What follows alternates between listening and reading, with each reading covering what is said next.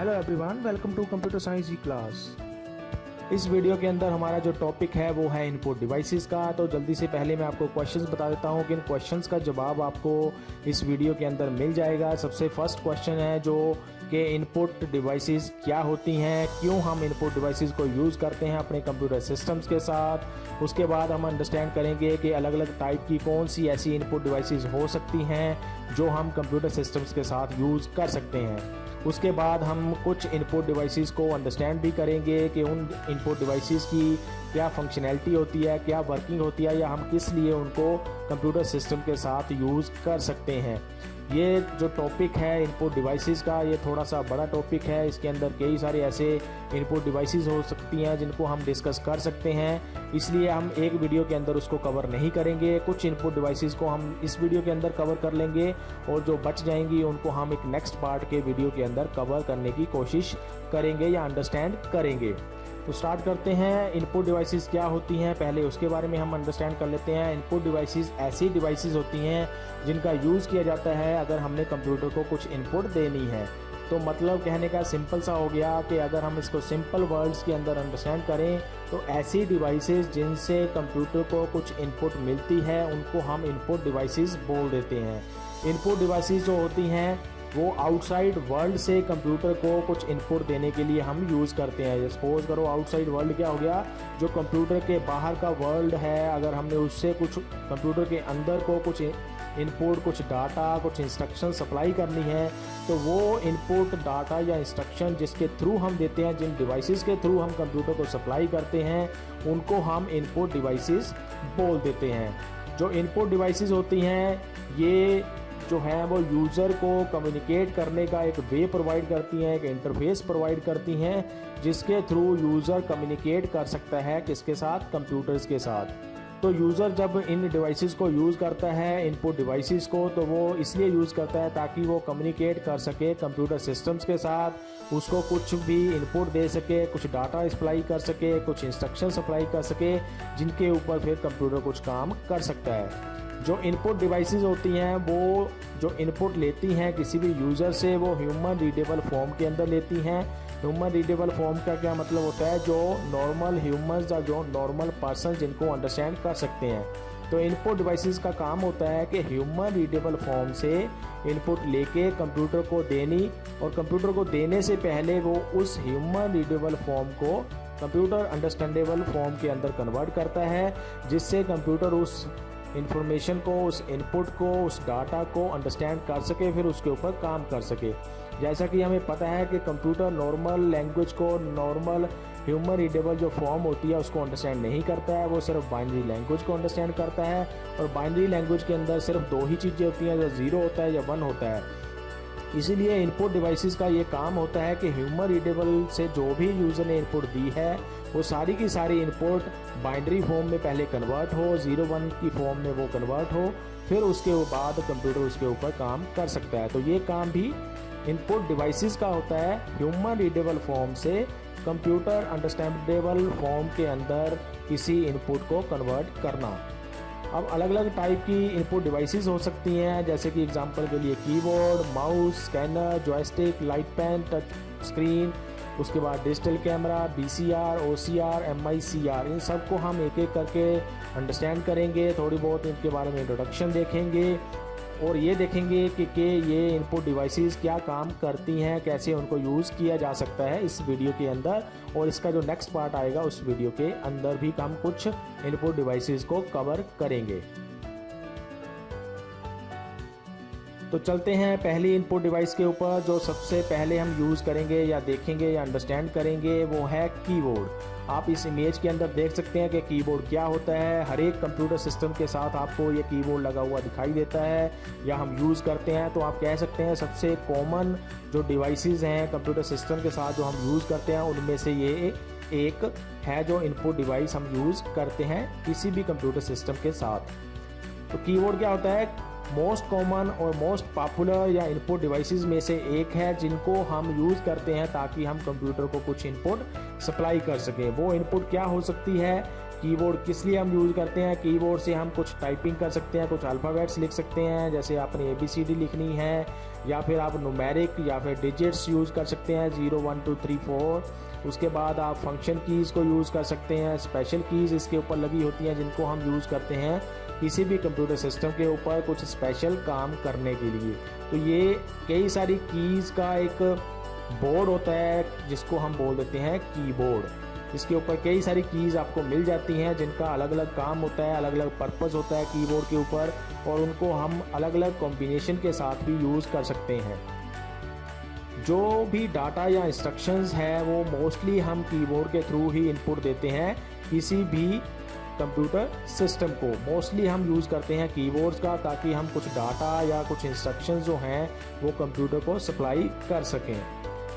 उसके बाद अगर हम देखें तो कौन कौन सी कीज़ जो हैं वो कीबोर्ड के ऊपर हो सकती हैं, जैसे कि मैंने आपको पहले भी बताया, हम अल्फ़ाबेट्स को एंटर कर सकते हैं कीबोर्ड का यूज़ करके। तो अल्फ़ाबेट्स के लिए कीज़ हो सकती हैं, आप इस इमेज के अंदर देख सकते हैं वो कहाँ पे बनी हुई हैं। उसके बाद इसके ऊपर न्यूमेरिक कीज़ हो सकती हैं 0 to 9, जिनका हम यूज़ कर सकते हैं नंबर्स को एंटर करने के लिए, इनपुट देने के लिए कंप्यूटर सिस्टम को। उसके बाद फंक्शन कीज़ हो सकती हैं, फंक्शन कीज़ होती हैं F1 से लेके F12 तक 12 कीज़ होती हैं जिनका स्पेशल पर्पज़ होता है, स्पेशल फंक्शन होता है अगर हमने हर एक अलग अलग की बात करनी हो तो।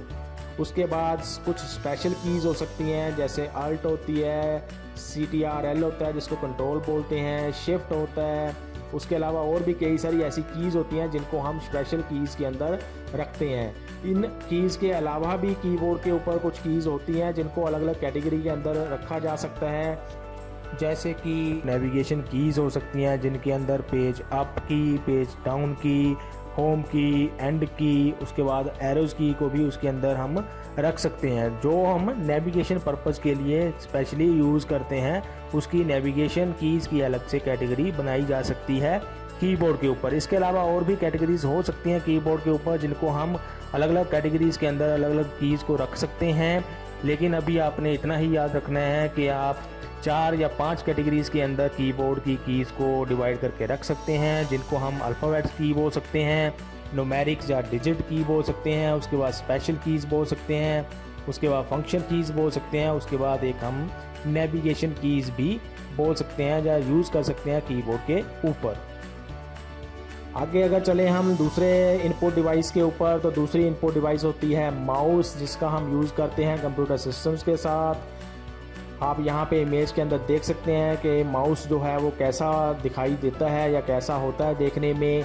इसके अलावा अलग अलग टाइप का आप या अलग अलग देखने में अलग अलग डिज़ाइन का आपको माउस मिल सकता है जिसका हम यूज़ कर सकते हैं कंप्यूटर सिस्टम के साथ। माउस क्या होता है, ये भी एक मोस्ट पॉपुलर पॉइंटिंग डिवाइस होती है जिसको हम यूज़ करते हैं पोजीशन को कंट्रोल करने के लिए। किसकी? कर्सर की। कर्सर कौन सा होता है? जो आपको स्क्रीन के ऊपर एक एरो सा दिखाई देता है जिसको हम कर्सर बोलते हैं, जैसे कि अभी आप यहाँ पे देख सकते हैं।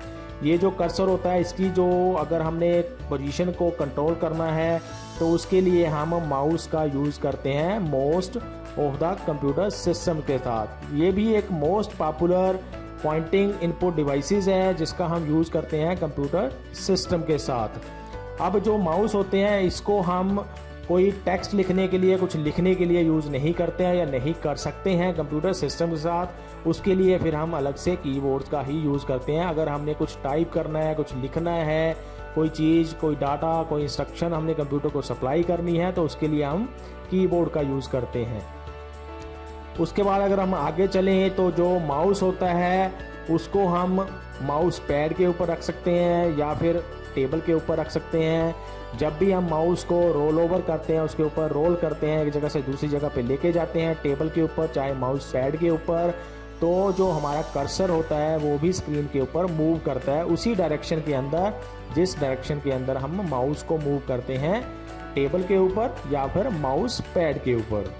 अगर हम आगे चलें तो जो माउस होता है जनरली उसके ऊपर 2 बटन्स बने होते हैं, एक लेफ्ट बटन होता है, एक राइट बटन होता है और एक दोनों के बीच में एक व्हील होता है, जैसे कि आप इमेज के अंदर भी देख सकते हैं। दोनों के बीच में एक व्हील होता है जिसको हम यूज़ कर सकते हैं। अगर हमने जैसे कि स्क्रॉल करना है उसके लिए यूज़ कर सकते हैं, या अलग अलग जगह पे इसको अलग अलग तरीके से यूज़ किया जा सकता है। माउस का यूज़ क्लिक करने के लिए, जिसको हम सिंपली लेफ़्ट क्लिक भी बोल देते हैं, उसके बाद डबल क्लिक करने के लिए, या फिर माउस को ड्रैग करने के लिए, या राइट क्लिक करने के लिए, जिससे हमें कई सारी ऑप्शंस मिल जाती हैं, उसके लिए हम इस माउस को यूज़ करते हैं किसी भी कंप्यूटर सिस्टम के साथ। अगर हम आगे चलें तो कई सारे आपको ऐसे माउस मिलेंगे जिसके नीचे जो है, अगर हम उसका बेस देखें, उसके नीचे वाला पोर्शन देखें, तो आपको वहाँ पे एक बॉल सी मिल सकती है, छोटी सी बॉल लगी होती है उसके नीचे। जब हम माउस को टेबल के ऊपर या माउस पैड के ऊपर ड्रैग करते हैं, एक जगह से दूसरी जगह लेके जाते हैं या मूव करते हैं, तो वो जो बॉल लगी होती है माउस के नीचे वो भी रोटेट करती है, और उसके साथ माउस के अंदर वाली पोर्शन के ऊपर व्हील्स लगे होते हैं वो भी रोटेट करते हैं। और उस रोटेशन के हिसाब से जो कर्सर होता है माउस का, वो भी एक जगह से दूसरी जगह के ऊपर स्क्रीन के ऊपर मूव करता है। तो एक कुछ टाइप के आपको माउस ऐसे मिलेंगे जिनके अंदर कुछ बॉल लगी हो सकती है माउस के नीचे, जैसे कि आप यहाँ पे इमेज के अंदर देख सकते हैं। जो लेफ्ट में माउस दिखाया हुआ है ये एक ऐसा माउस है जिसको मैकेनिकल माउस भी बोलते हैं, या जो फर्स्ट टाइप का आपका माउस मैंने बताया कि जिसके नीचे बॉल लगी होती है, जैसे कि आप यहाँ पे इमेज के अंदर लेफ्ट वाले माउस के नीचे देख सकते हैं। ये बॉल जो है अभी यहाँ पे सेपरेट करके अलग से दिखाई हुई है इमेज के अंदर, लेकिन ये बॉल जो है वो माउस के नीचे लगी होती है। जब ये हम माउस को मूव करते हैं एक पोजीशन से दूसरी पोजीशन के ऊपर, तो ये बॉल जो है वो रोटेट होती है, तो उसके साथ अंदर व्हील्स लगे होते हैं वो भी रोटेट होते हैं, और उनकी रोटेशन के हिसाब से ही हमारा कर्सर जो है स्क्रीन के ऊपर मूव करता है from one position to another position. दूसरे जो टाइप के आपको माउस मिल सकते हैं वो होते हैं जिनके अंदर एलईडी लाइट लगी होती है, या फिर लेज़र लाइट जिसको यूज़ करते हैं वो माउस। उन माउस को हम बोल देते हैं कि वो माउस जो हैं ऑप्टिकल माउस। ऐसे माउस को हम ऑप्टिकल माउस बोलते हैं जिनके अंदर एलईडी लाइट होती है या फिर लेज़र लाइट होती है। जब हम उनको टेबल के ऊपर या माउस पैड के ऊपर रख के मूव करते हैं तो वो लेज़र लाइट जो है वो टेबल के साथ या फिर उस माउस पैड के साथ इंटरेक्ट करती है और वापस रिफ्लेक्ट होती है, और उस रिफ्लेक्टेड लाइट को कैच करता है इसी माउस का सेंसर, जो आप यहाँ पे इमेज के अंदर भी देख सकते हैं। वो सेंसर इस माउस की रिफ्लेक्टेड लाइट को जो टेबल से रिफ्लेक्ट होके अंदर जाती है, उसके हिसाब से जितना हम माउस को मूव करते हैं उसके हिसाब से वो सेंसर सेंस करके कर्सर को भी मूव करता है हमारी स्क्रीन के ऊपर। तो ये होते हैं अलग अलग टाइप के माउस। एक मैकेनिकल माउस हो गया और दूसरा हो गया ऑप्टिकल माउस, जिसके अंदर लाइट्स का यूज़ करता है। एलईडी लाइट हो सकती है या फिर लेज़र लाइट हो सकती है। अगली जो इनपुट डिवाइस हम यहाँ पे देखेंगे वो होती है स्कैनर, जिसका हम यूज़ कर सकते हैं एज इनपुट डिवाइस अपने कंप्यूटर सिस्टम के साथ। स्कैनर क्या होता है वो अभी हम यहाँ पे देखेंगे। इमेज के अंदर आप देख सकते हैं कि स्कैनर देखने में कैसा हो सकता है। आपको अलग अलग टाइप के अलग अलग डिज़ाइन के स्कैनर भी मिल सकते हैं। तो आपको आइडिया देने के लिए यहाँ पे ये इमेज लगाई गई है, जिसको आप देख के अंडरस्टैंड कर सकते हैं कि स्कैनर देखने में कैसा होता है। अगर हम स्कैनर की बात करें तो स्कैनर जो है वो एक ऐसी इनपुट डिवाइस है जिसका हम यूज़ करते हैं पेपर डॉक्यूमेंट्स को ट्रांसलेट करने के लिए डिजिटल फॉर्मेट के अंदर, ताकि वो डिजिटल फॉर्मेट के अंदर फिर कंप्यूटर के अंदर उसको हम स्टोर करके रख सकें। सपोज करो आपके पास कुछ डॉक्यूमेंट है, कुछ प्रिंटेड डॉक्यूमेंट है, जैसे आपकी बुक हो गई। आपने उस बुक में से कोई पेज है, कोई ऐसा पेज है जिसको आप यूज़ करना चाहते हैं, कंप्यूटर के अंदर स्टोर करना चाहते हैं, तो उसके लिए हम स्कैनर का यूज़ करते हैं। स्कैनर के ऊपर उस बुक के पेज को निकाल के हम रख देते हैं, फिर हम कंप्यूटर का यूज़ करके उस स्कैनर के थ्रू उस पेज को स्कैन करके, उस पेपर डॉक्यूमेंट को स्कैन करके डिजिटल फॉर्मेट में कन्वर्ट करके अपने कंप्यूटर में स्टोर करके रख सकते हैं। तो ये मेन पर्पस होता है स्कैनर का, कि कोई भी एग्जिस्टिंग जो हमारे पास डॉक्यूमेंट है या पेज है जिसको हम कंप्यूटर के अंदर सेव करके रखना चाहते हैं, तो उसके लिए हम स्कैनर का यूज़ कर सकते हैं। स्कैनर क्या करता है, स्कैनर अलग अलग टाइप के डॉक्यूमेंट्स को स्कैन कर सकता है, जिसके ऊपर हम ऐसे डॉक्यूमेंट्स भी हो सकते हैं जिनके ऊपर कुछ टेक्स्ट लिखा हो या कुछ इमेजेस लगाई गई हो, कुछ ग्राफिक्स यूज़ किए गए हों, या फिर कुछ हैंड रिटन हमने लिखा हुआ हो। ऐसे सारे डॉक्यूमेंट्स को जो है वो स्कैनर स्कैन कर सकता है और डिजिटल फॉर्म में कन्वर्ट कर सकता है, जिनको फिर हम कंप्यूटर में सेव करके रख सकते हैं। स्कैनर जो है वो एक फ़ोटोकॉपी मशीन की तरह ही होता है, जैसे कि आपने फ़ोटोकॉपी की मशीन देखी होगी जो हम यूज़ करते हैं अगर हमने डुप्लीकेट कॉपीज़ को प्रिंट करवाना हो। लेकिन जो स्कैनर होते हैं वो फ़ोटोकॉपी मशीन की तरह पूरा काम नहीं करते हैं। वो क्या होते हैं, हम सिर्फ कॉपी करते हैं डॉक्यूमेंट को कंप्यूटर के अंदर स्टोर करने के लिए, सेव करने के लिए। हम उसको दोबारा से प्रिंट करने के लिए स्कैनर का यूज़ नहीं करते हैं। तो स्कैनर फ़ोटोकॉपी मशीन की तरह तो हो गया, लेकिन फ़ोटोकॉपी मशीन की तरह वो नए डॉक्यूमेंट के ऊपर उसको प्रिंट नहीं करता है। वो सिर्फ हम कंप्यूटर के अंदर डॉक्यूमेंट को सेव करने के लिए यूज़ करते हैं। तो स्कैनर और फोटोकॉपी में एक छोटा सा ये डिफरेंस होता है जिसको आप यहाँ पे अंडरस्टैंड कर सकते हैं। उसके बाद अगर हम आगे चलें तो जो स्कैन्ड डॉक्यूमेंट होते हैं, स्कैन्ड डॉक्यूमेंट कौन से, जो हमने स्कैनर का यूज़ करके कंप्यूटर के अंदर स्टोर करके रख लिया, उनको स्कैन्ड डॉक्यूमेंट भी बोल सकते हैं। तो स्कैन्ड डॉक्यूमेंट जब हमने कंप्यूटर में रख लिए होते हैं, उनको सेव कर लिया होता है, उन स्कैन्ड डॉक्यूमेंट्स के ऊपर हम कुछ एडिटिंग कर सकते हैं, उनके अंदर कुछ चेंज कर सकते हैं अपने हिसाब से, और उनको फिर हम बाद में अपनी ज़रूरत के हिसाब से प्रिंट कर सकते हैं किसी प्रिंटर के ऊपर। स्कैनर का यूज़ हम प्रिंटर के लिए नहीं करते हैं, क्योंकि स्कैनर का काम सिर्फ स्कैनिंग का होता है। जो अगर हमने प्रिंट करना है कोई भी डॉक्यूमेंट तो उसके लिए प्रिंटर हमारे पास अलग से होना चाहिए। या फिर कुछ ऐसे प्रिंटर्स भी आते हैं जिनके अंदर स्कैनर की फैसिलिटी भी होती है, तो उनको हम मल्टीपर्पज़ या मल्टी फंक्शन प्रिंटर बोलते हैं। ऐसे प्रिंटर जिनके अंदर प्रिंटिंग का काम भी हो सके, स्कैनिंग का काम भी हो सके, या फिर फोटोकॉपी का काम भी हो सके, ऐसे हम मल्टीपर्पज़ प्रिंटर भी कंप्यूटर सिस्टम के साथ यूज़ कर सकते हैं। स्कैनर जो होते हैं वो अलग अलग टाइप के आपको मिल सकते हैं। उनके 3 टाइप्स यहाँ पे बताऊंगा मैं आपको। जैसे कि पहला होता है ड्रम स्कैनर। ड्रम स्कैनर एक ऐसा स्कैनर है जिसके अंदर ड्रम लगा होता है। उस ड्रम के आसपास हम डॉक्यूमेंट को रख देते हैं, फिर वो जो ड्रम होता है वो बहुत ज़्यादा स्पीड के ऊपर रोटेट करता है और उस डॉक्यूमेंट को स्कैन करता है। जो ड्रम स्कैनर्स होते हैं वो हाई क्वालिटी रेजोल्यूशन के डॉक्यूमेंट्स को स्कैन करने के लिए यूज़ किए जाते हैं। नॉर्मली हम इनको यूज़ नहीं करते हैं। दूसरा जो स्कैनर आपको मिल जाएगा वो स्कैनर होता है flat bed scanner. Flat bed scanner जो आपकी यहाँ पे इमेज भी देख सकते हैं, इसको फ्लैट बेड स्कैनर बोलते हैं। फ्लैट बेड स्कैनर जो होते हैं वो नॉर्मली हम कंप्यूटर सिस्टम के साथ यूज़ करते हैं। इनके ऊपर हम नॉर्मल डॉक्यूमेंट्स को स्कैन कर सकते हैं। नॉर्मल अगर हमारे पास इमेजेस हैं उनको स्कैन कर सकते हैं, अगर हमने कंप्यूटर सिस्टम में उनको स्टोर करके रखना है। तो flat bed scanner normal scanners होते हैं जो हम मोस्टली कंप्यूटर सिस्टम के साथ यूज़ करते हैं। तीसरे अगर हम स्कैनर की बात करें तो वो हो सकता है लाइन स्कैनर। लाइन स्कैनर एक ऐसा स्कैनर होता है जिसका हम यूज़ करते हैं अगर हमने लाइन बाई लाइन डॉक्यूमेंट को स्कैन करना है। तो ये मतलब ऐसा स्कैनर हो गया जो लाइन बाई लाइन डॉक्यूमेंट को स्कैन करने के लिए यूज़ करता है। इसको हम हैंड हेल्ड स्कैनर भी बोल सकते हैं, जिसको हाथ में पकड़ के हम डॉक्यूमेंट को स्कैन करने के लिए यूज़ कर सकते हैं। तो ये अलग अलग टाइप के आपको स्कैनर मिल सकते हैं जिनका हम कंप्यूटर सिस्टम के साथ यूज़ कर सकते हैं। अगला जो हमने इनपुट डिवाइस यहाँ पे देखनी है, जो लास्ट हम अभी इस वीडियो के अंदर देखेंगे, वो इनपुट डिवाइस है जॉयस्टिक। जॉयस्टिक की आप यहाँ पे इमेज देख सकते हैं, देखने में कैसी होती है। इसके अलावा आपको अलग अलग टाइप की, अलग अलग डिज़ाइन की जॉयस्टिक भी देखने को मिल सकती है जिसको हम कंप्यूटर सिस्टम के साथ यूज़ कर सकते हैं। ये भी एक ऐसी इनपुट डिवाइस है जिसको हम कंप्यूटर सिस्टम के साथ यूज़ करते हैं। क्या होती है जॉयस्टिक? जॉयस्टिक एक ऐसी इनपुट डिवाइस होती है जिसको कंट्रोल करने के लिए यूज़ करते हैं। किसको?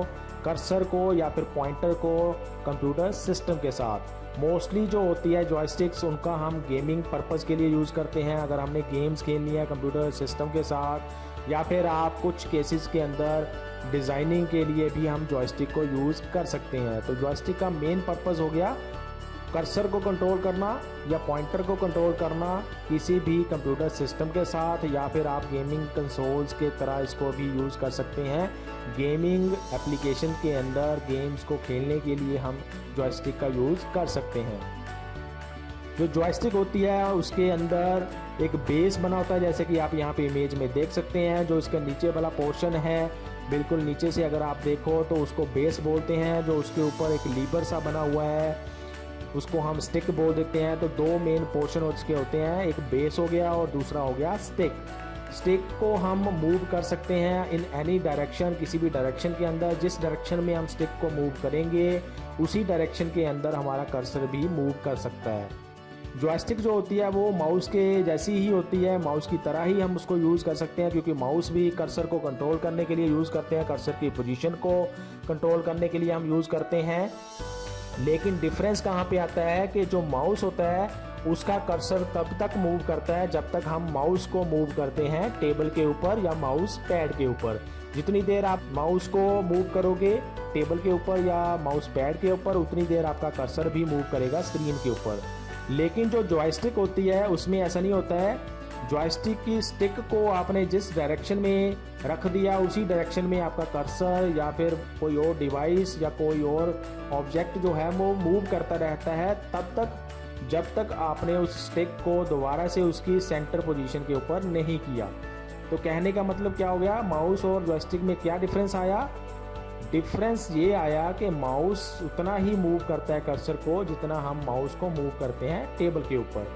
जॉयस्टिक तब तक हम हमारे कर्सर को या पॉइंटर को या किसी और ऑब्जेक्ट को मूव करता रहता है जब तक हम उसके लीवर को या उसके स्टिक को सेंटर पोजीशन के अंदर दोबारा से लेके नहीं आते हैं। तो ये एक जॉयस्टिक के बारे में हो गया, थोड़ी सी इन्फॉर्मेशन होगी जॉयस्टिक के बारे में जिसको आपको पता होना चाहिए। कुछ हमने इनपुट डिवाइसेस इस वीडियो के अंदर कवर कर ली। हमने देखा कि इनपुट डिवाइसेस क्या होती हैं, क्यों यूज़ की जाती हैं। उसके अलावा हमने देखा कि अलग अलग टाइप की कौन सी इनपुट डिवाइसेस हो सकती हैं। सबसे पहले हमने देखी कीबोर्ड, फिर हमने देखा माउस, उसके बाद हमने देखा स्कैनर, उसके बाद हमने देखा जॉयस्टिक। ये चार हमने अलग अलग टाइप की जो है यहाँ पे इनपुट डिवाइसेस देखी, इनके बारे में हमने अंडरस्टैंड किया और एग्जांपल देखी उनकी कि देखने में कैसी होती हैं या क्यों हम उनको यूज़ करते हैं। अगर अभी तक आपको इस वीडियो के अंदर इस इनपुट डिवाइसेस के अंदर कोई कन्फ्यूज़न है, कुछ टॉपिक नहीं समझ आया आपको, तो आप मुझसे क्वेश्चंस पूछ सकते हैं कमेंट सेक्शन के अंदर। अभी के लिए इस वीडियो के अंदर इतना ही। Thanks for watching.